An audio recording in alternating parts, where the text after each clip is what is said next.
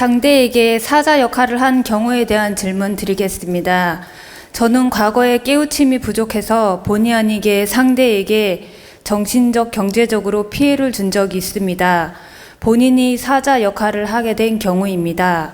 지금에 와서 돌이켜보면 나의 잘못을 반성하게 됩니다. 이런 경우 저는 상대에게 어떻게 행동하고 말하여야 하는지 저의 깨우침이 부족하여 잘 모르겠습니다. 스승님, 앞으로 바른 삶을 살아가려면 저는 어떻게 해야 하는지 큰 가르침 부탁드립니다.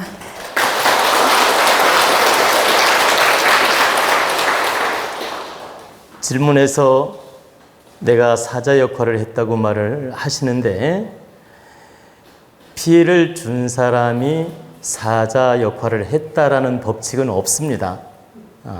지금 이 질문을 하면서 그 이치를 몰라서 그 질문을 했는데, 내가 어떤 사람한테 피해를 주고 물질적이든 마음적이든 말로든 이렇게 상처를 주었어요. 그럼 그 사람이 상처를 받았죠. 상처를 받은 사람 입장에서 상처를 준 사람을 사자 역할로 받아들일 수 있다는 얘기지, 상처를 준 사람이 내가 저 사람한테 사자 역할을 했어, 이런 법칙은 없는 거예요. 나는 저 사람한테 빚을 진 것이며 아픔을 준 것이며 괴로움을 준 사람이지, 내가 저 사람한테 사자 역할을 했다, 이런 관념을 갖는 법칙은 없다라는 뜻입니다. 여기서 입장 차이가 있다는 뜻이에요. 예를 들면 자식한테 어머니가 상처를 받았어요.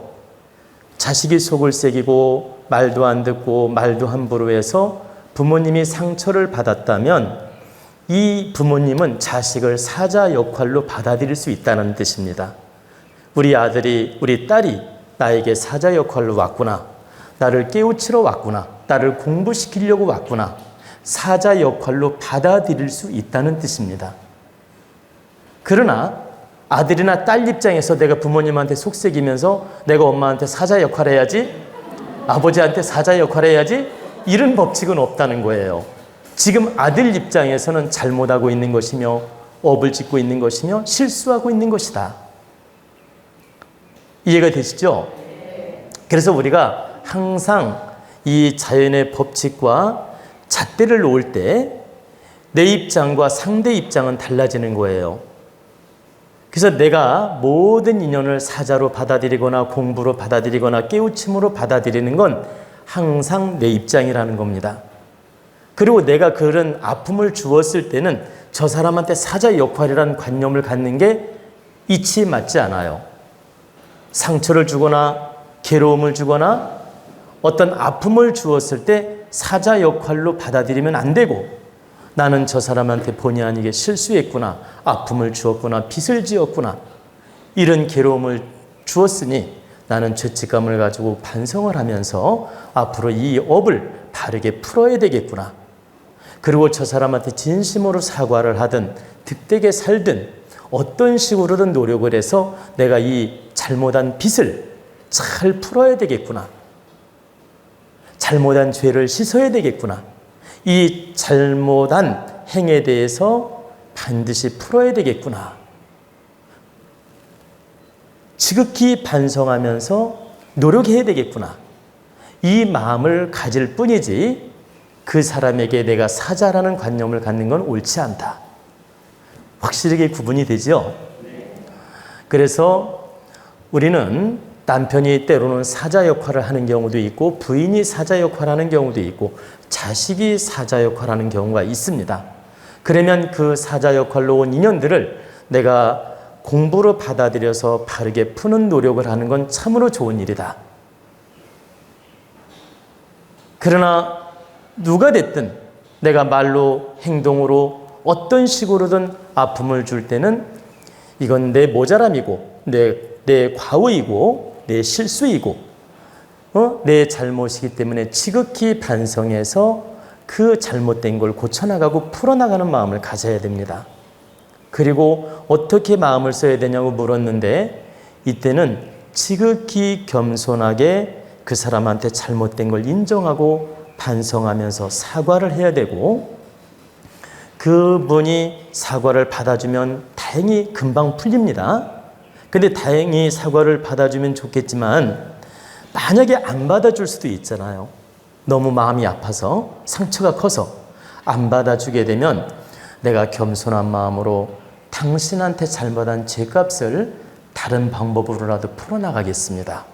그 방법은 뭐가 있을까요? 잘 들어보세요. 여러분들은 1 더하기 2 공식만 생각하는데 오늘 큰 걸 공부할 겁니다. 잘 보세요. 내가 이 물그릇 다 나오네.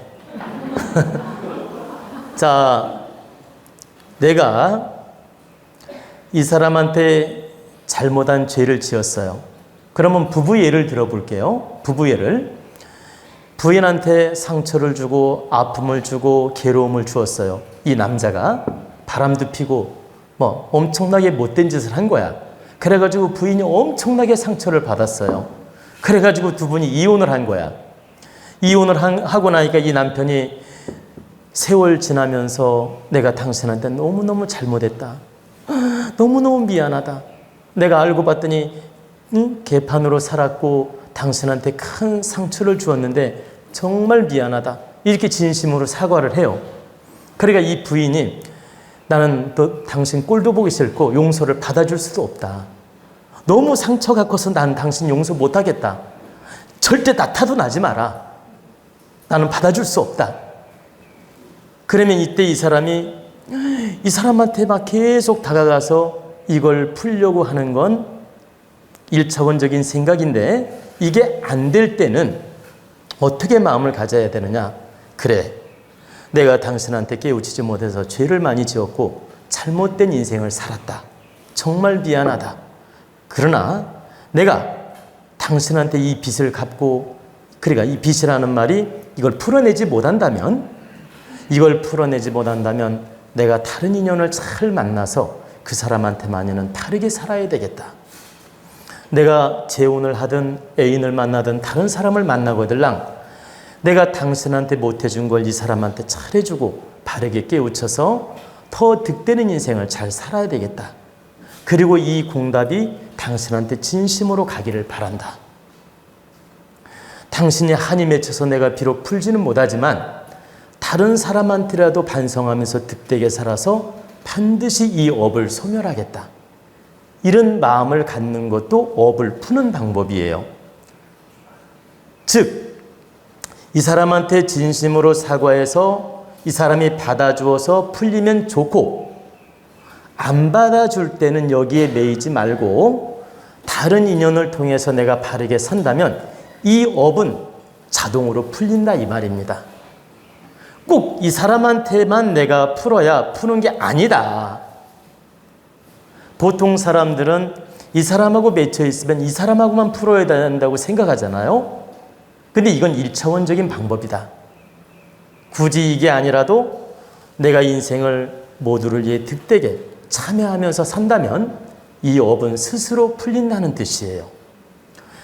여러분들이 살면서 본의 아니게 상처를 주었든 아픔을 주었든 괴로움을 주었든 내가 잘못했다는 걸 느꼈을 때는 진정 그 사람한테 사과를 하고 진심을 담아서 풀도록 노력을 해야 됩니다. 그분이 풀릴 때까지 노력하는 게 좋다.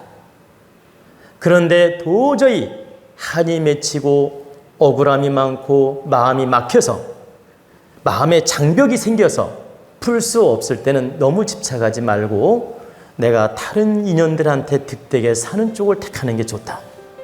그러면 그 업은 스스로 풀리게 되며 그 죄도 스스로 씻어지게 되며 모든 탁한 기운은 스스로 정리가 된다는 뜻입니다.